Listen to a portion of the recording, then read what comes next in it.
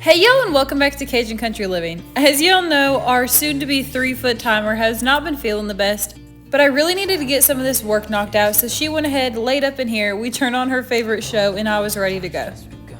Jim had to run to town to get some lumber, and I went ahead and started texturing the walls in this front bedroom. We don't have much stored in this bedroom right now, so I went ahead and thought, what a better time than to go ahead and texture the walls whenever nothing's in here.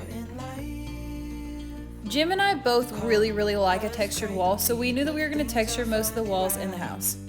This is beneficial for multiple reasons. First reason, you don't have to worry about having your walls perfectly smooth, and second reason, it was something that we both really liked. The process is pretty simple. All you got to do is go in with a sponge, put it on the wall, and then whenever it's almost dry, you want to go back down and knock it down just like I'm doing. If y'all need a more in-depth video on how to do this, I'm going to put the link on the screen to the wall that I did in the living room whenever I go into all the details on how this is done. So getting ready to finish facing this last section of cabinets here, putting the doors on, all that good stuff. Well, one thing that I didn't take into consideration is this refrigerator is sitting on the floor. I can't remember one time in my life that I ever actually even thought about is my refrigerator level. But when you're building cabinets around it and everything's got to be down to at least a 1/16 of an inch, try to get it tighter than that. Everything needs to be level. These cabinets are level. What we've seen is the refrigerator is not. On this side, it's slightly over 3.5 inches, but if we move to this side, it shows it's a 1/4 inch lower than the other side.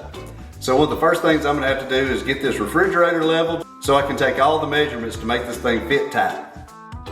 I don't know about y'all, but I'm ready for this cabinet build to be done and ready to start on another project. I guess I'm gonna do just that. Jim's gonna stay working on these cabinets. I think that he's a little obsessed with getting it done, which absolutely not gonna complain about that. But for me, I'm gonna go ahead and start getting this front bedroom completed.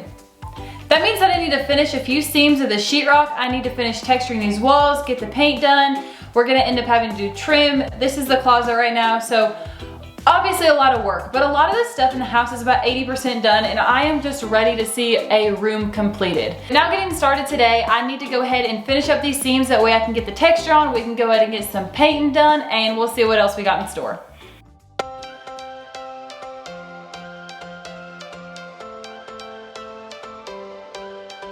Every change has a reason, baby, let it come to you. Every soul, every season lives outside of status quo. If we stop believing we're meant to be, expanding our abilities. If the passion's gone, we are doing it wrong. Baby, you and I should start living now. With the whole world at our feet. While I was waiting for this next layer of sheetrock to dry, I went ahead and planted all these seeds that I had. I accidentally ordered 10,000 instead of 1,000 of these foxglove seeds off Amazon. They were only a total of $8 on Uncle Amazon, so I thought, what the heck, go ahead and get them and let's see if we can get some seeds going. Since I had so many, I went ahead and did my 2 potters, and I did the blue one for my mother-in-law. I went ahead and set them over here next to our avocado plants, and yes, Betty did try to eat the avocado plant, but I'll let y'all know how they're doing in a few days. Jim ended up running out of lumber, so we went ahead and took the rest of the day off. Ladley had started feeling so much better, so we knew that we needed to get outside and just get some fresh air. In the evening time, we're either in the garden, we're looking for berries, we're using our dip net and dipping in holes, wondering what kind of fish we're gonna catch. You just never know, but we're always gonna be outside. This area I tend to pick a lot of blackberries from, plus it has these holes that we can dip in and see what kind of fish we can catch. Most of the time you can catch crawfish that are really good for bait. You can catch different types of perch, you can catch little bass, you can even catch these things called jackfish. We are going to be building a trap to set back here in this hole, and we're going to see what all we can catch out of here. There is no telling because this area holds water all the time, so we are so curious what has been growing back here.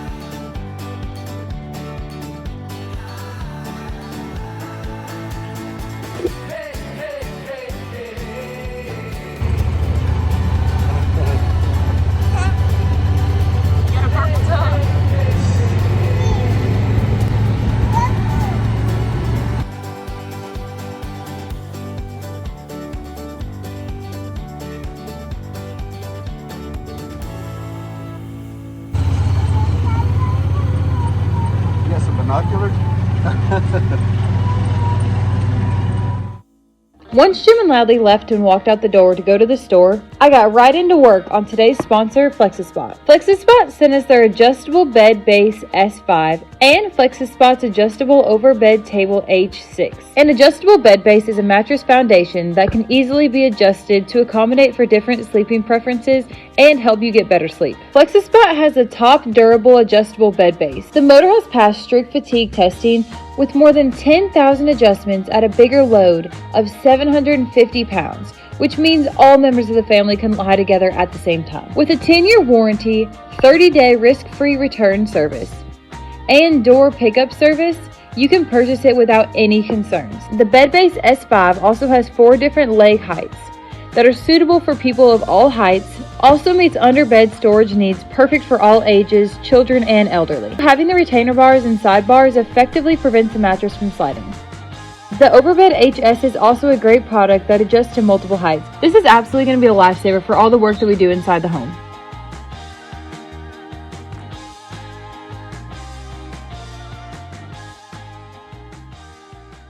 Y'all make sure to use our unique code that's going to be linked in the description. Thank you, FlexiSpot, for sponsoring this video. A little update on my project. So far I've got these 2 walls textured and I got them primed. Whenever we moved in the house, we literally moved in with a bed, Ladley's bed, we put a toilet in, heck, we didn't even have a door in there or a sink. We've been actually still using the sink in the kitchen because we're trying to work from the front to the back of the house still. So this is the bed that we originally had in our bedroom and it is gonna stay in here. So we went ahead and left it set up for now, but we are probably gonna have to take it out so we can finish up the ceiling, finish up the other walls and then go from there.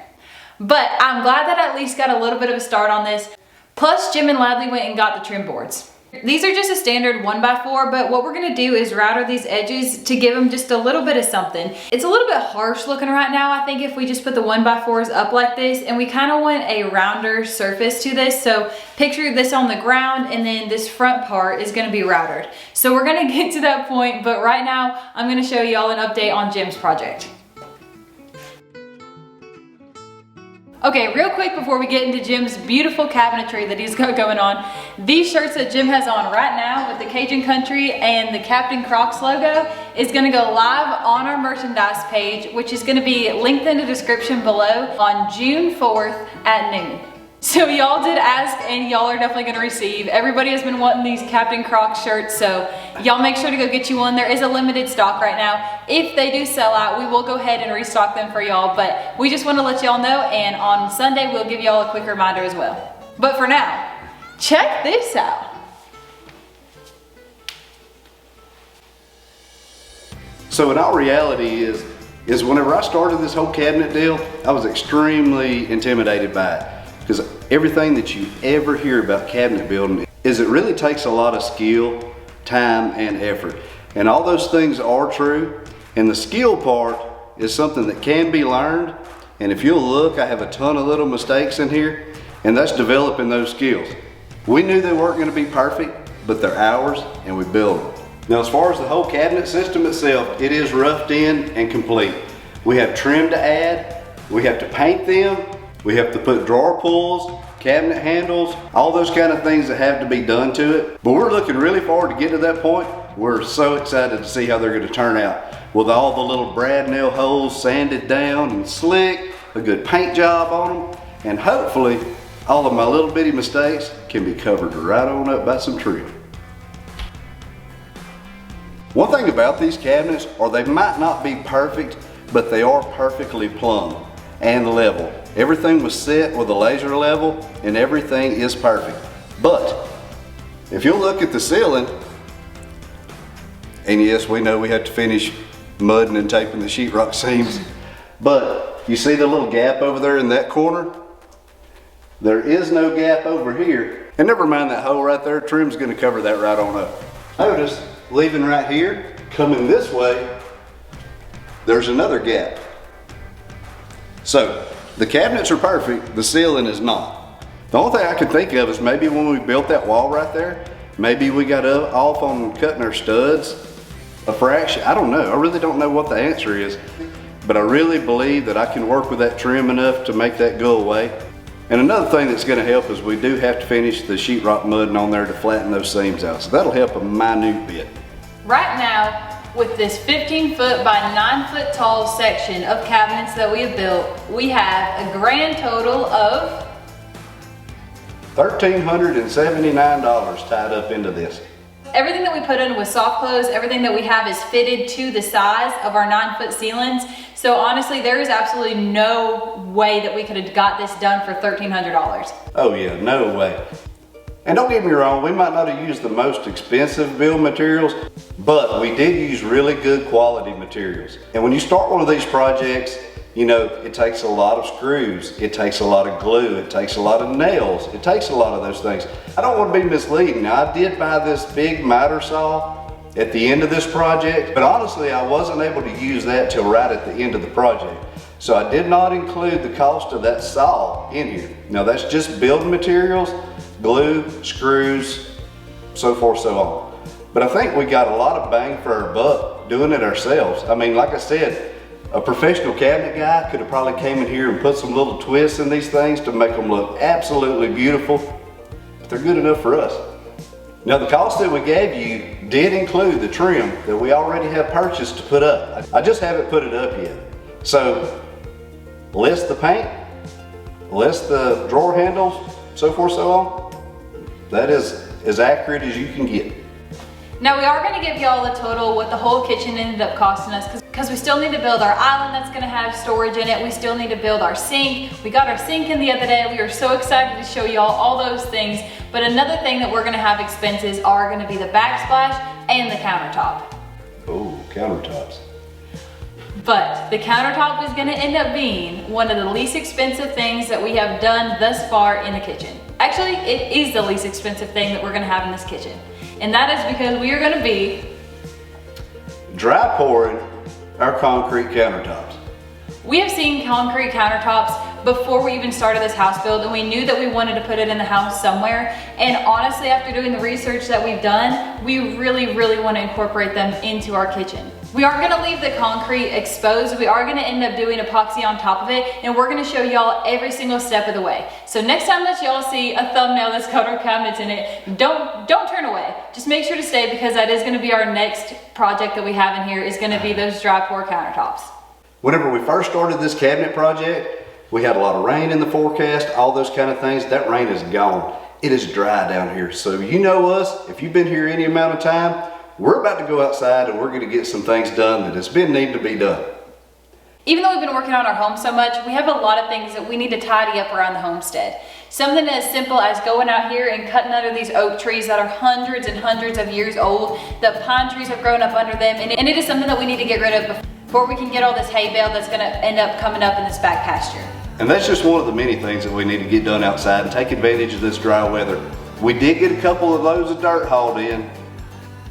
Wags, the dirt doctor, came by and paid us a visit. The dirt fairy dropped us off a couple of loads of dirt out there where our shop's going to be. So we're going to start working on that. In our meantime, we have the porch pad that is settled and ready to go. So we're going to have to start kicking that in the rear end.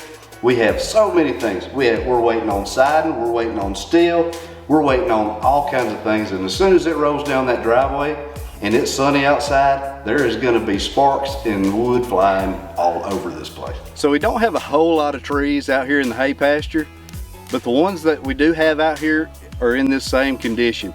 And what that means is when we come through here with the tractors, with the hay cutters, or if we're just trying to bush hog, whatever the situation is, when it's dry enough to do it, a lot of times we can't because it has this overgrowth. Now, you know, we have all kinds of projects going on, so it's hard for us to get to this point. But we felt like today was as good a day as any. We're waiting on some materials. It's a beautiful day and it's dry. So we're going to take full advantage of it and make this area, if nothing else, around this tree absolutely beautiful today.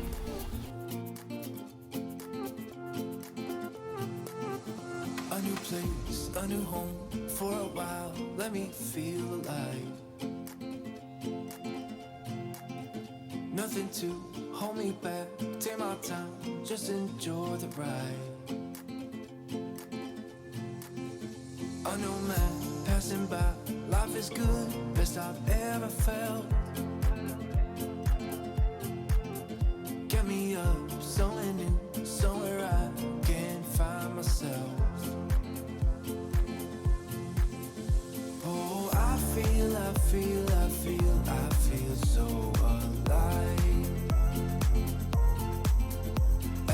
reach out, reach out, reach out, reach out to the sky. I found my way, I found my way. I was in the dark against it all, but made it through the day, 'cause I found my way, I found my way. In bad times, I know I'll be okay, 'cause I found my way.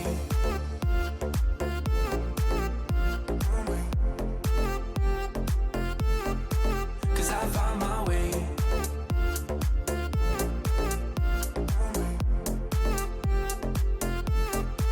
'Cause I found my way, my way, my way, my way, my way. 'Cause I found my way, my way, my way, my way, my way. I found my way, I found my way. I was in the dark against it all, but made it through the day, 'cause I found my way, I found my way. In bad times, I know I'll be okay, 'cause I found my way.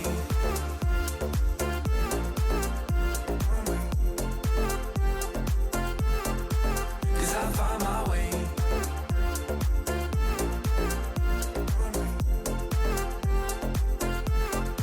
'Cause I found my way, my way, my way. Well, it's time to clean up all these limbs now, but if you'll see this limb right here, we decided to leave it at first, but we backed up a little bit and looked, and this thing is sticking out like a hair in a biscuit. It really don't look like it from here, but we're gonna go ahead and cut it off so it'll all look better.